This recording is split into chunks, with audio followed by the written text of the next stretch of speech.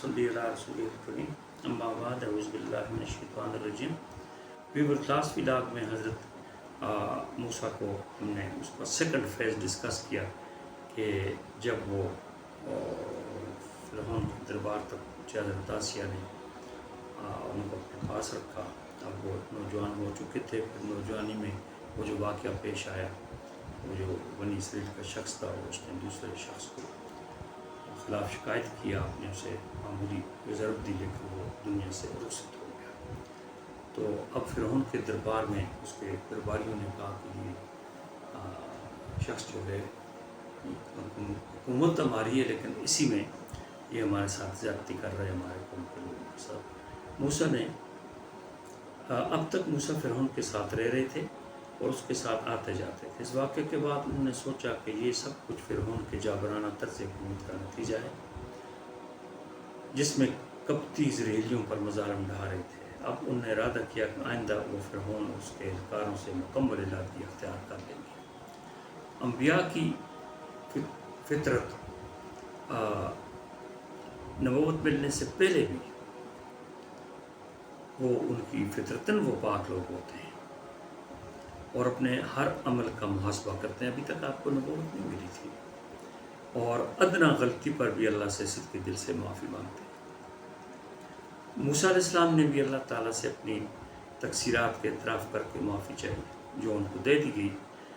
غالباً الہام کے ذریعے ان کو خبر کر دی گئی، وہی تو ابھی ان پر نازل نہیں ہوتی. نہ اللہ نے ڈائریکٹ کلام کیا تھا، باپ نے ڈائریکٹ کلام اللہ نے کیا ان سے. غالباً الہام کے ذریعے ان کو خبر کر دی گئی ہوگی، کیونکہ پیغمبر لوگ نبوت ملنے سے پہلے اللہ کے ولی ہوتے ہیں. دوسرے دن پھر اس اسرائیلی کو اسی حالت میں آپ نے دیکھا تو آپ نے اس نے پھر مدد کے لیے موسیٰ کو پکارا. انہوں نے اسے کہا کہ لڑائی تمہارا وتیرہ ہے، تم بہت شریر آدمی. انہوں نے ہاتھ مصری کی طرف بڑھایا کہ اسے اسرائیلی کو مارنے سے روکیں، اور ساتھ ہی اسرائیلی سے کہا کہ تم بڑے شریر آدمی ہو. وہ سمجھا کہ مجھے مارنے کے لیے ہاتھ بڑھایا ہے، یعنی اسے روکنے کے لیے دوسرے شخص کو ہاتھ بڑھایا، اسے نہ مارے. اسرائیلی سمجھ رہا تھا کہ میری طرف مارنے کے لیے ہاتھ بڑھا دیا، حالانکہ ہاتھ بڑھانے کا مطلب قبطی کو روکنا تھا. کل کا خون ابھی تک اسرائیلی چھپا رہا تھا، لیکن آج اس نے مشہور کر دیا. اسرائیلی نے یہ بھی کہا کہ زور زبردستی سے قتل کرنا ہی تمہیں آتا ہے. موسیٰ علیہ السلام کو کہا یہ نہیں کہ سمجھا بجا کر فریقین میں سلوک کرا دے. یعنی اب قتل کی خبر فرعون تک ان کی اپنے قوم کے آدمی کی وجہ سے پہنچ گئی. اس قتل کی خبر فرعون تک پہنچ گئی. وہاں مشورے ہوئے کہ غیر قوم کے آدمی کا یہ حوصلہ ہو گیا کہ شاہی قوم کے افراد اور سرکاری ملازموں کو قتل کر ڈالے. سرکاری لوگ دوڑائے گئے کہ موسیٰ کو گرفتار کریں، شاید مل جاتے تو ان کو قتل کر دیتے. اس مجمع میں ایک نیک طینت شخص حضرت موسیٰ کا خیر خواہ تھا. وہ جلدی کر کے مختصر راستے سے بھاگتے ہوا آیا اور موسیٰ علیہ السلام کو واقعے کی اطلاع دے کر مشورہ دیا کہ فوراً شہر سے نکل جائیں. روایت ہے کہ اس شخص کا نام شمعان تھا اور وہ فرعون کا چچا زاد بھائی تھا جو حضرت موسیٰ پر ایمان لے آیا تھا اور ان سے پیغمبر ہونے کی وجہ سے محبت کرتا تھا. اس رات موسیٰ علیہ السلام ہجرت کر گئے، مصر سے نکل گئے. راستے معلوم نہ تھے، البتہ اللہ سے درخواست کی کہ سیدھی راہ پر چلائیں. اس پر آپ کو مدین کی سیدھی راہ پر ڈال دیا گیا. مدین مصر سے تقریباً 10 دن کی مسافت پر تھا. بھوک پیاس سے آپ کا برا حال تھا. وہاں پہنچے تو دیکھا کہ کنواں پر لوگ مویشیوں کو پانی پلا رہے ہیں. آپ نے دیکھا کہ 2 لڑکیاں ایک کنارے پر اپنی بکریوں کے پاس کھڑی ہیں، مجمع میں جانے کی قوت نہیں رکھتی تھی. موسیٰ نے پوچھا علیہ السلام نے، تو انہوں نے بتایا کہ جب سب لوگ چلے جائیں گے تو اور بھیڑ چھٹ جائے گی تو ہم بکریوں کو پانی پلائیں گے. اگر ہمارے والد جوان ہوتے تو خود آتے اور ہمیں انا کرتا، لیکن وہ بوڑھے ہو چکے اور طاقت نہیں رکھتے. وہ کہ آپ بھوکے پیاسے اور تھکے ماندے تھے، لیکن پیغمبری غیرت کے تحت اٹھے اور مجمع کو ہٹا کر یا ان کے بعد کنواں سے پانی نکال کر بکریوں کو پانی پلایا. 2 روایتیں کہ مجمع کو ہٹا کر فزیکلی مضبوط تھا یا اس کے پاس ایک دوسرا کنواں تھا لیکن اس پر بہت بھاری پتھر تھا، تو اسے ہٹا کر یہ دوسری روایت ہے کہ آپ اتنے مضبوط قوت کے مالک تھے کہ آپ کے سو سے کوئی نہیں ہٹا سکتا تھا، تو آپ نے ہٹایا اور بکری کو پانی پلایا۔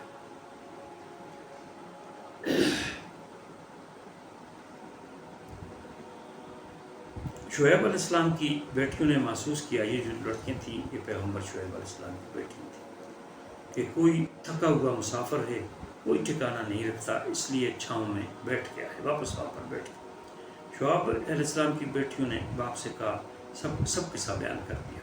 پھر موسیٰ کے پاس آئیں کہ آپ کو ہمارے ابا بلا رہے ہیں۔ موسیٰ علیہ السلام خدا سے خیر طلب کر رہے تھے، اللہ نے خیر بھیج دی تو قبول کیوں نہ کرے۔ آپ نے فرمایا کہ تم میرے پیچھے آؤ، میں آگے چلوں گا، چنانچہ وہ آپ کو گھر لے گئی۔ یہ دیکھیں کہ اس میں ایک چھوٹی سی بات آتی ہے کہ موسیٰ نے کہا کہ تم میرے پیچھے آؤ، یعنی یہ اللہ کے پیغمبر اللہ والے اتنے لوگ ہوتے ہیں کہ یعنی اگر وہ بچیاں شعیب علیہ السلام کی بچیاں آگے ہوتی تو موسیٰ علیہ السلام کو نظر آتی،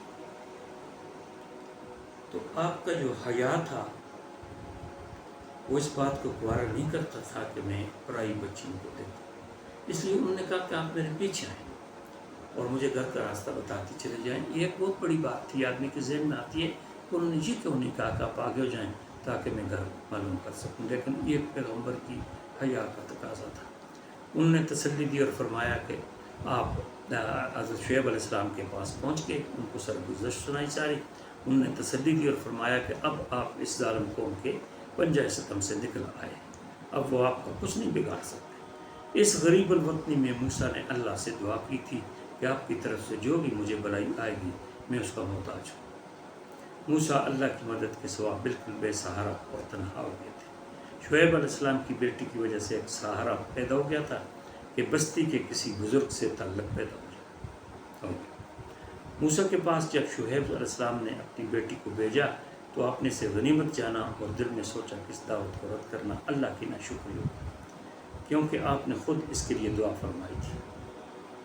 جب شعیب علیہ السلام نے آپ کو کھانا پیش کیا تو آپ نے اگرچہ بھوکے پیاسے تھے لیکن کھانے میں تردد کیا اور فرمایا کہ کہیں آپ مجھے معاوضے کے طور پر تو یہ کھانا نہیں کھلا رہے۔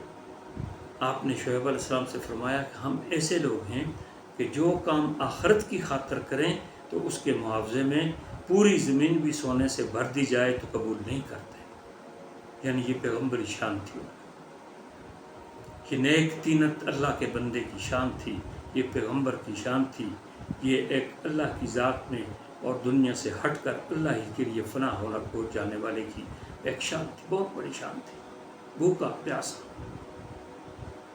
10 دن کی مسافت اور پھر شیلٹر، اور ایک پیغمبر کی شیلٹر نیک آدمی کی، اور وہ کھانا پیش کر رہا ہے، آپ کے دل میں شک پیدا ہو رہا ہے، تو آپ نے کہا کہ ہم ایسا نہیں کیا کرتے۔ اس پر شعیب علیہ السلام نے کہا کہ یہ ہمارے آباء و اجداد سے روایت ہے کہ ہم مہمان کی مہمان نوازی کرتے ہیں، یعنی انہوں نے ایک بات کی کہ ہم ایسا نہیں کرتے، شعیب علیہ السلام نے کہا کہ ہم ایسا کرتے ہیں، یہ روایت ہے۔ اس پر آپ نے کھانا قبول کر لیا۔ حضرت شعیب کی جو بیٹی حضرت موسیٰ کو بلانے گئی تھی اس کا نام صفورہ تھا، پھر انہی سے حضرت موسیٰ کا بعد میں نکاح ہوا۔ انہوں نے شعیب علیہ السلام سے حضرت موسیٰ کی جو سفارش کی تھی اس میں کہا گیا تھا کہ ایک ایسے مرد کی ضرورت ہے جو امانت دار بھی ہو اور طاقتور بھی، یہ دونوں صفات حضرت موسیٰ میں موجود تھی۔ اس خاتون کو حضرت موسیٰ کے بارے میں جب انہوں نے بکریوں کو پانی پلایا تھا تو یہ تجربہ ہو چکا تھا کہ وہ کتنے طاقتور ہیں، اور جب موسیٰ ان کے ساتھ ان کے گھر جا رہے تھے تو آپ نے ان سے فرمایا کہ میں آگے چلوں گا اور پیچھے چل کر مجھے اپنے گھر کا پتہ بتا۔ اس لیے انہوں نے اندازہ لگایا کہ کس قدر ان کی شرم و حیا اور حفت و عصمت کا پورا احترام کر رہے ہیں۔ یہ موسیٰ علیہ السلام کا جو واقعات ہیں یہ قرآن کی مختلف صورتوں میں پھیلے ہوئے ہیں، تو نیکسٹ ہیپننگ جو ہوگی، یعنی آپ کو وہاں پر 8-10 سال پورے ہونا شعیب علیہ السلام کے پاس، واپس مصر کا راہ لینا، راستے میں راستہ بھول جانا، آگ کا دیکھنا یا اسے آپ نور کہہ سکتے ہیں اس کا دیکھنا، کیونکہ اللہ کا بلاوا تھا، اللہ سے ملاقات ہو، اس کی باتیں ہم نیکسٹ ولاگ میں جاری رکھیں گے انشاءاللہ۔ اسی پر پورا ولاگ کریں گے حضرت موسیٰ علیہ السلام کی یہ جو سارا ان کی لائف اسٹرگل ہے پیغمبر ملنا، تو قرآن کی جس صورت میں بھی ہے اسے ہم بیان کریں گے۔ تو آپ اسے ضرور دیکھا کریں ان چیزوں کو، کیونکہ یہ تو میری طرف سے تو نہیں ہے نا، یہ تو بہت بڑے کائنات کے خالق کی طرف سے بیان کی گئی ہیں۔ کیونکہ مشرک کہتے تھے کہ آپ کو کیسے پتہ چلا، یہ تو آپ اپنی طرف سے باتیں کرتے ہیں۔ تو یہ بھی کہا گیا کہ جب یہ ساری باتیں ہوتی تھی تو کیا یہ اللہ کے پیغمبر محمد صلی اللہ علیہ وسلم وہاں پر موجود تھے؟ ان کو کیسے پتہ چلا؟ یہ وحی نہیں ہے تو کیا ہے؟ اتنا تم نہیں سمجھتے ہو؟ تو اسی وحی کو جو کہ ہمارے عظیم پیغمبر پر نازل ہوئی اور اللہ نے قرآن میں اس کا ذکر کیا، اسی کو بیان کرنا، اس کو سننا، یہ ایک بہتر کام ہے دوسرے کاموں سے، جس کی طرف ہمیں توجہ دینی چاہیے۔ تھینکس اے لاٹ۔ آپ اسے دیکھیں اور سبسکرائب